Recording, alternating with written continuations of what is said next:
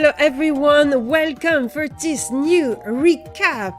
What happened during the month of March on Twitch TV? And March was quite exciting because it was the release of Undermine, which technically happened in February, but the release of Season 2 and really enjoying the endgame content proposed in Undermine. So this is a very beautiful spring on Twitch TV. Oh yes. But before everything, welcome guys. You will find all those different segments divided in chapters, so if you are interested in a particular things, you can jump in very conveniently and skip the content that does not interest you. I'm always doing that because I think it's fun if everyone can enjoy video, even if there's just a little part of it that you are interested in.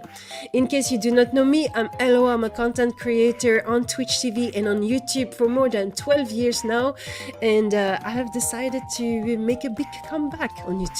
Yes, we will see how that goes. That's my new look for the time being.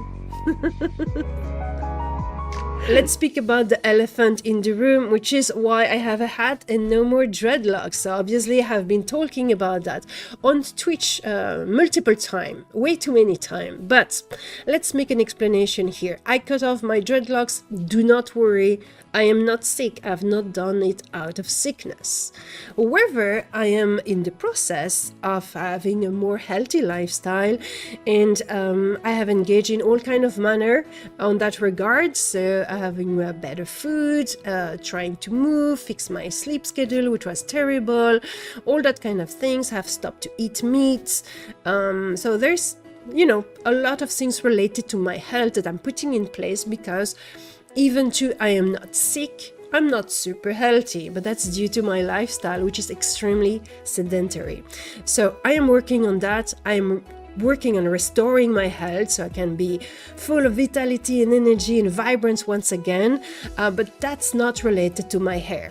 So my hair, I was just tired of it. It was very heavy, it was encumbrant. I was starting to sit on the dreadlocks because they were so long, and I could have done many different kind of method, brush them off, cut, shorten them, do an undercut, I don't know, many different things, but I just decided to let's wipe it out completely, let's cut it off, let's shift his head and start fresh and anew. It was more a symbolic gesture more than anything else, of a new world, of a new start, of a blank page, etc. You have a coconut head or egg head with very, very short hair. It's not really what I enjoy the most. So I have a hat, okay? And I keep my hat on because it's nice. One thing is sure is that removing such a coif of hair that were taking all this place placed me in a very vulnerable state regarding my appearance, where I really learned humility. Not only it is starting a new beginning symbolically, but it's also giving up on vanity and let it go. And I think it's a nice learning process as well to go through that, but very uncomfortable as well. Alright, so that was for the hair. Now we don't need to speak about it ever again, and we can focus on what truly matters, which is what we're playing. Yay! So yeah, there we go. I have a ball.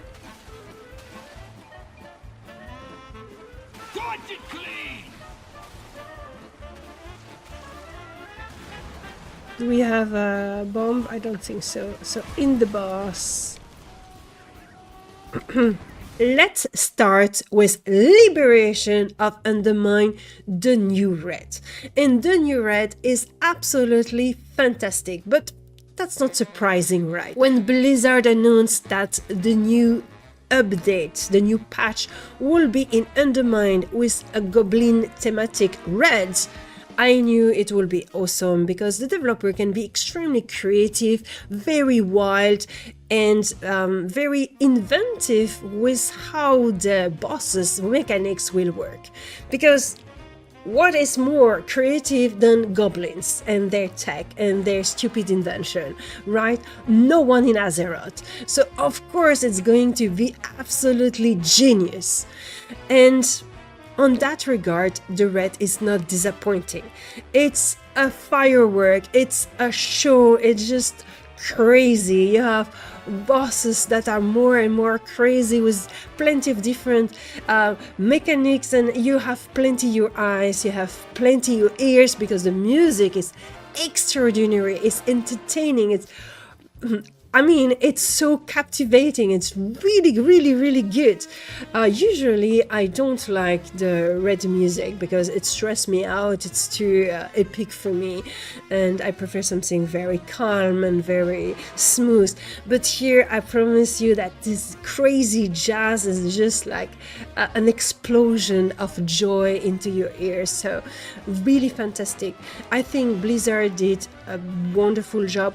There is some different bosses that have beautiful mechanic, and then once you enter into the Gallagio, this crazy casino, it's just party time. It's beautiful, it's explosive, it's in every term of the word. It's just fantastic. Probably one of the best red ever created by Blizzard, with all honesty. Now, when it's come to the difficulty of the red itself, it has been a subject of discussion. Taliesin and Evitel have published a video on that regard. The world first race had been maybe a little bit disappointing because the last boss, Gallagio, got defeated pretty fast, while its heads of security, because there's two heads, was much harder. Lore-wise too, it makes perfect sense that Gallagio is all big words and fairy dust, but it's in fact pretty weak, while his big head of security is actually the real boss. But that's the world first race for mythic raiding, right? It is its own thing.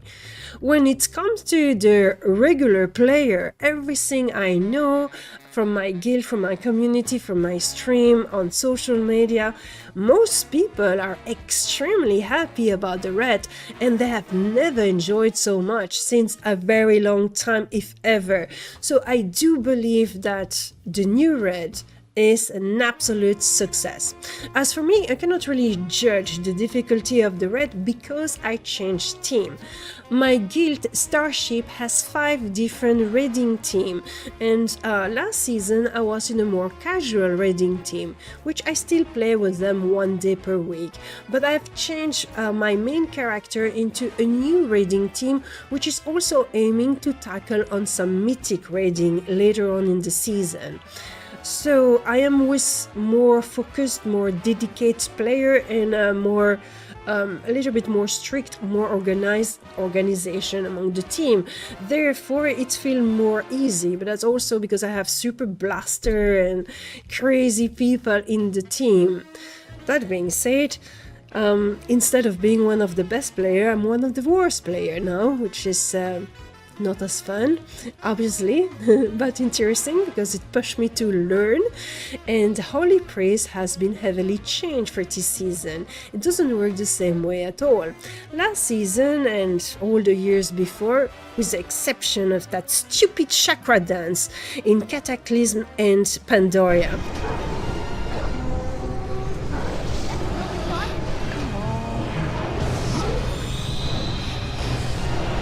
Holy Priest was a very flexible class, a very flexible spec. You basically could cast your heal a little bit like you find it appropriate. You didn't really have to follow a specific rotation or something. Slight synergies, but that was it. While here, it is much more related to some synergy. So you need to pay attention to how you cast your spell. There's a kind of structure with some priority, etc. Nothing super extra complicated, but it really changed from how I played the Holy Priest before and now. So I have to adapt myself, and right now I do not master my spec at all, so I really have to train myself and to study the class to betterly understand it and to be able to apply, because it's one thing to understand what Automatic Jack is explaining in his video and then being able to utilize that in game during a fight, during a difficult moment in the raids. But it's challenging, it's interesting, and I still enjoy Priest, so it is just a question of learning, practicing, and pushing myself forwards. Thank you so much.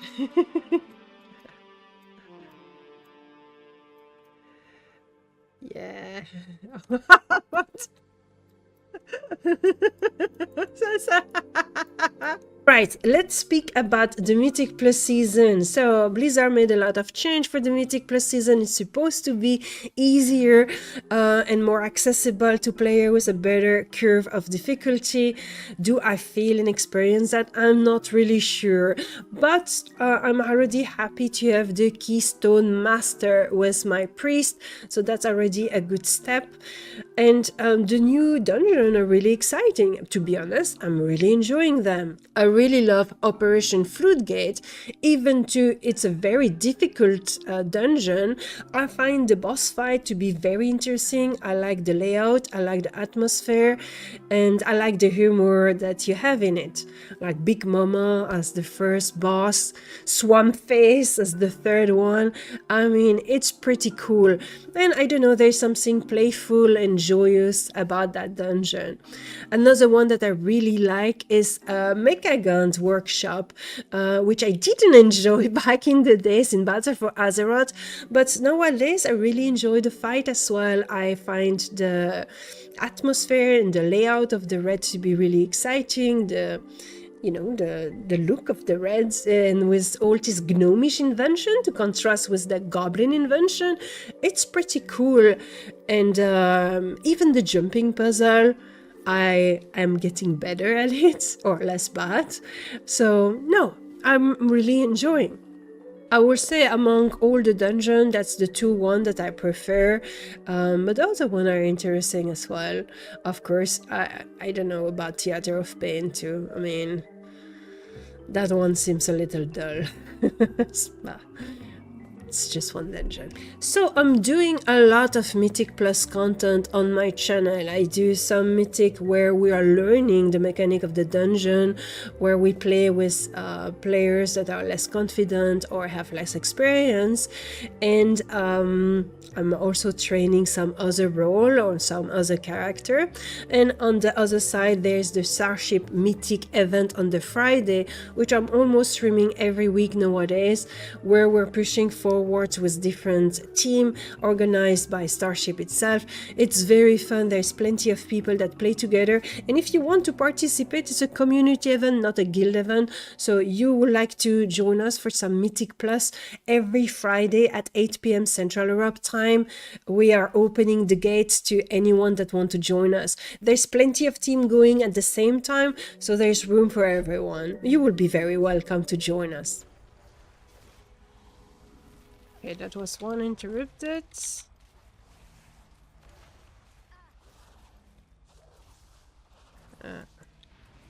Yeah. Ooh, I don't have interrupt anymore. Okay, good. Alright, I like tanking actually, guys. It's very challenging for me, but I like it. I choose the easiest tank for a reason, obviously, because let's go. Speaking of learning the dungeon this season, I have imagined a new event, Dungeon Lesson. This is aimed to new player or less experienced player or people that want to try different roles or different character. We're doing low level Mythic, aka Mythic 0, or maybe +2 key or something like that. But we are learning the dungeon before to play. So for that, I'm using two sources. First, World of Duckcraft cheat mode, which has made a very nice little image with all the tactics for every boss. It's really useful. It gives you know, the different main point of each boss.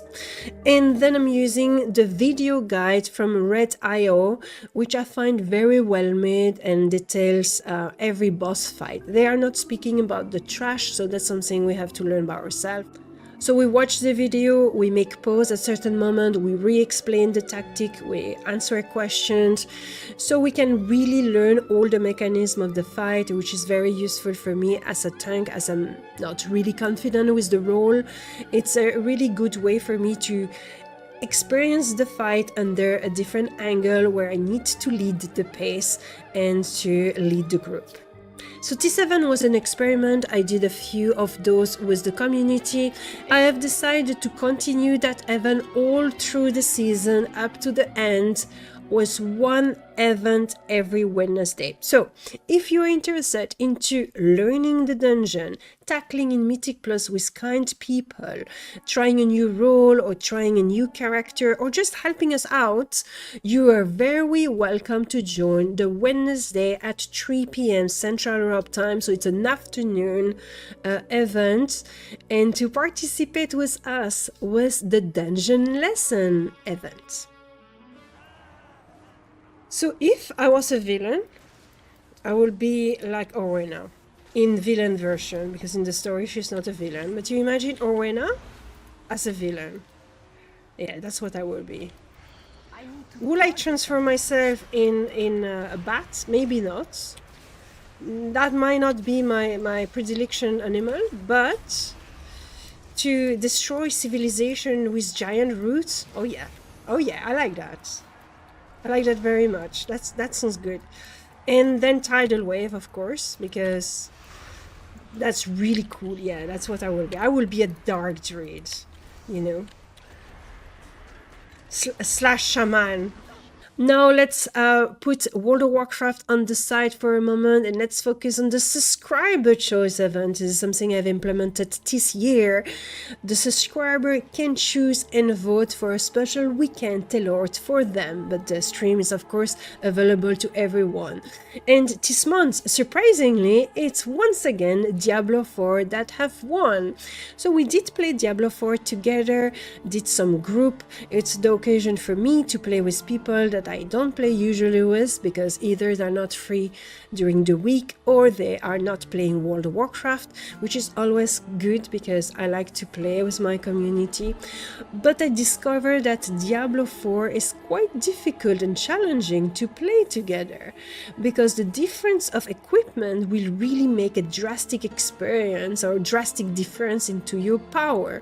So it's very difficult when everyone doesn't have the same gear and the same progression of their character to actually enjoy the same content together.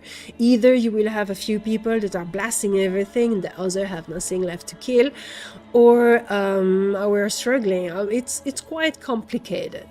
So I decided that the next season we will be doing a big Diablo 4 event where everyone can start a new character, start fresh together, so we're all on the same page for at last one weekend. And I will suggest everyone to keep that character aside for every time we want to play together Diablo 4. Diablo 4 is a really fun game, I really like it, but at the same time it's a little bit difficult to play together, which is just a shame, honestly, because it's really nice otherwise.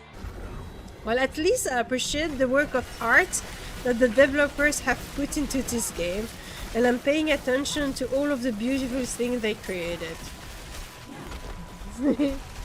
Dear Diablo developers, I really love your ice effect. They are so cool. Now let's speak about the community stream. So the last stream of the month is dedicated to the community. I'm organizing community game where everyone in the community can join very easily. This month, however, I decided to do things a little bit differently from the previous months. I really wanted to be sure that we will stay together and that we will not have the interaction of other players that are not from our community and that specifically want to have some good Jackbox game or Gartic phone game. So Very important, the community stream is not a stream made to grow, to gain more followers, or to reach different communities. Very much orient to the existing community, to what they like, and to have fun together with silly game where everyone can participate. Like this. Man drives off cliff while looking at phone. Yeah. There we go. Man is an idiot, looks at phone.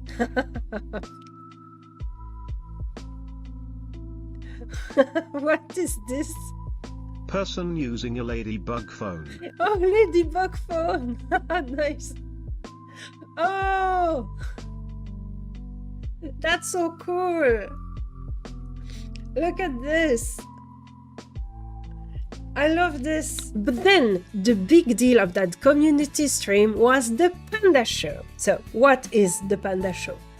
The Panda Show is sort of TV inspired show created by my sister. She streams the Panda Show every Friday on a channel. That being said, it's in French. It contains different trivia, different quiz, different challenges, different game that she has created. Every player that participates, every candidate or participant represent an animal, and that animal will gain the point, meaning that the next week some other participant choose the same animal, that animal will accumulate more points. And at the end of a season, you have the animal who have won. But that might be different players playing that animal, so it has a kind of competitive yet collaborative aspect to it. But the great thing is that the animals in question are a representation of a charity she's supporting called LaTaniere.